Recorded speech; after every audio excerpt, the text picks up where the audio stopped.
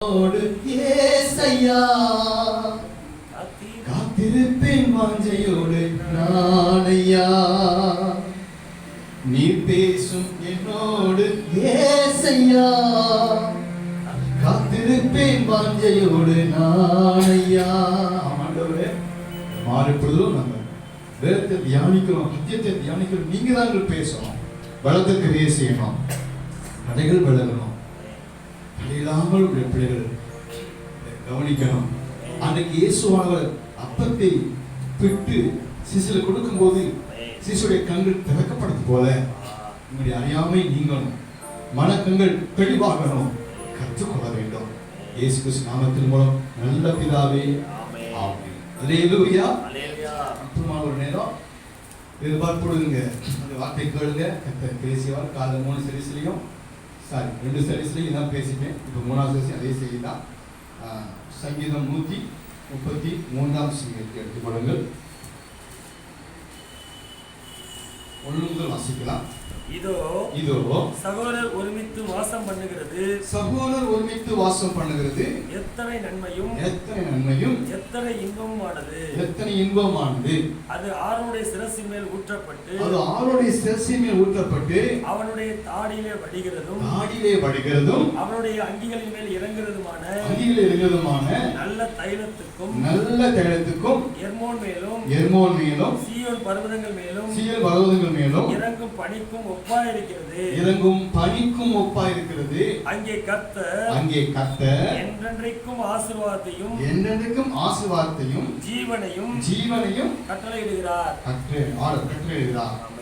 இந்த சங்கீதத்துக்கு பரிசுத்தாவி ஏவுதலை தாவீது பாடியிருந்தாலும் இங்கே கர்த்தருடைய உள்ளத்தில் இருக்க ஒரு ஏக்கத்தை அங்க வெளிப்பட்டிருக்கார்.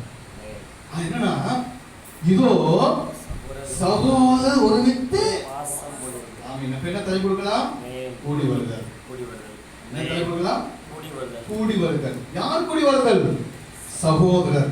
யாருங்க? சகோதரர். இன்னும் யாரு அப்படின்னா வேற யாரும் கிடையாது, நீங்கள் நான் தான். ஆமென். ஏன் அப்படி சொல்லப்பட்டிருக்கு?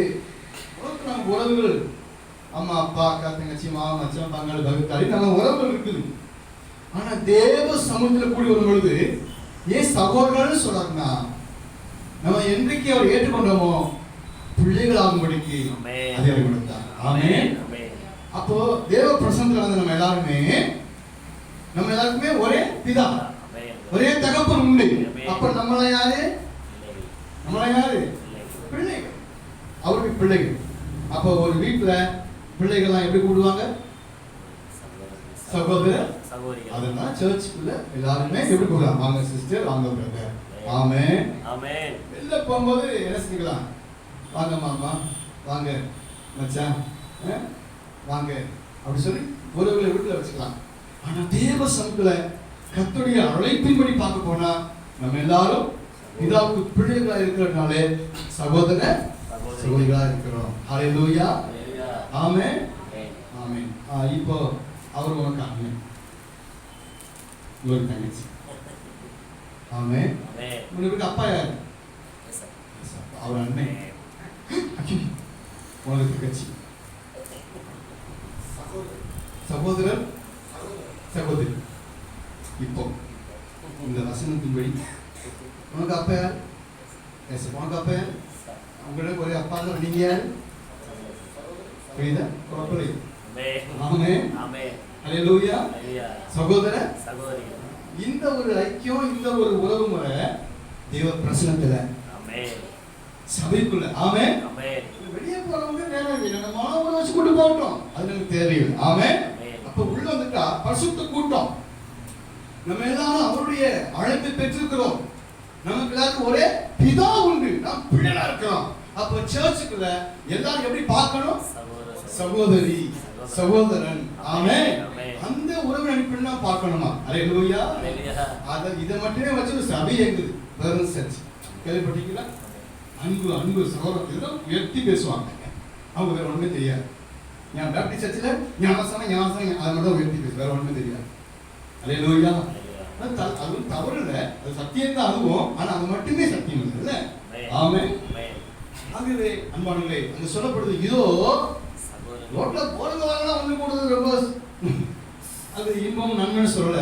ஆமென். சகோதரர் ஆமென். ஒருமித்து வாசம் பண்ணுவது எத்தனை நன்மையும். பாத்தீங்களா? அடைமொழி கொடுத்துக்கு நன்மை இல்ல எத்தனை நல்லதியா, ஆமென். எவ்வளவு இன்பம் ஐயா அப்படிதான் போட்டுக்கு. ஆமென். ஆமென். எத்தனை நன்மையும் எத்தனை அதை இன்பம். கண்டுபிடிக்கணும் பாக்கியவான்கள். ஆமென். அல்லேலூயா. அல்லேலூயா. கர்த்தருக்கு ஸ்தோத்திரம். அப்போ தேவ பிள்ளைகளா ஒருமித்து கூடி வரத அவர் விரும்புகிறார். ஜீசஸ். ஆமென். அது நன்மை இருக்குங்க. ஆமென். ஆமென்.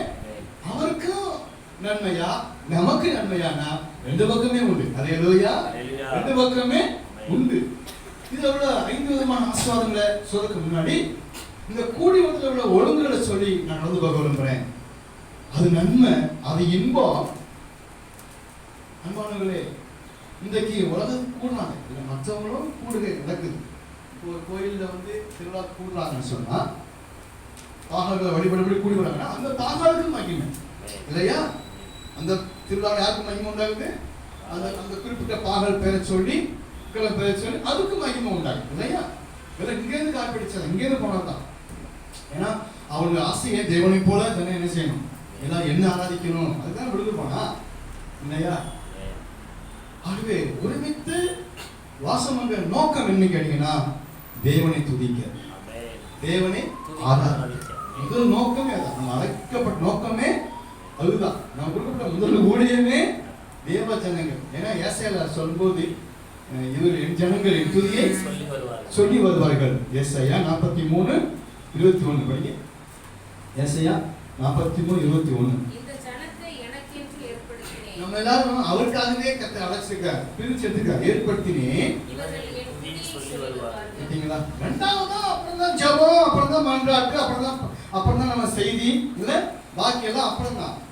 முதல்ல அவர் நம்ம ஏற்படுத்தின அழைத்த நோக்கம் ஏன் ஜனம்னா என் துதியை சொல்றோம். ஆமென். ஆமென். ஆமென். பாட்டா வார்த்தைகளா இல்லையா மகிமைப்படுத்ததான் கர்த்தர் கூடு. அதனாலதான் எந்த கூடுதலுமே முதல் ப்ரோக்ராம் என்ன வைக்கிறோம், ஒரு ஜெப கூட்டம், ஒரு சர்ச்சு கூடுக அப்படி சொன்னா முதல் பகுதி என்ன வைக்கிறோம், துதி ஆராதனை வைக்கணும். அதான் ஒரு ஆமென்.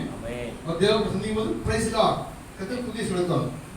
அது சர்ச்சை மட்டும் இல்லை, வீட்டு கூட்டம் சரி, எந்த மீட்டிங் போனாலும் சரி, முதல் கூட்டம் யாரை பயன்படுத்தணும், கர்த்தரை.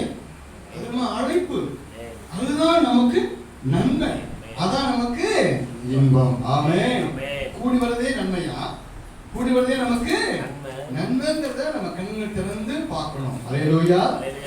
அந்த கூடி வரும்பொழுது கர்த்தர் மையப்படுற சந்தோஷப்படுற. ஒரு வீட்டுல ஒரு அம்மா உட்காந்து சாப்பாடு பரிமாறுறாங்க. 5 பிள்ளைகளும் வரிசையா உட்காந்து சாப்பிடுறாங்க. தாய்க்கு மனசு எப்படி இருக்கும்? என்ன மறந்து போச்சா எல்லாம்? ஆமென். அவங்க தான் சொல்லிட்டு நானும் இந்த காட்சியை பார்த்துருக்கேன். ஆமென். சட்டர் போன் மத்தியானம் அவ்வளோ பிள்ளைங்க வரிசை ரவுண்ட் உட்காந்துப்பாங்க. ரவுண்டு அந்த அம்மா உட்காந்து சாப்பாடு போட்டு அழகு பார்ப்பாங்க, எல்லாம் சாப்பிடலாம். அல்லேலூயா. ஆமென். அவங்க எப்படியா எதிர்பார்ப்பாங்க எனக்கு தேவையில்லை. ஏன்னா முன்னாடி 5 பிள்ளைங்க உட்காந்து சாப்பிடுது. அதுல ஒரு சபம் யாருக்கு? உங்க பிதாவுக்கு. அழைச்ச கர்த்தருக்கு. சர்ச்சுக்கு வரதே அவருக்கு சோகம். அவருக்கு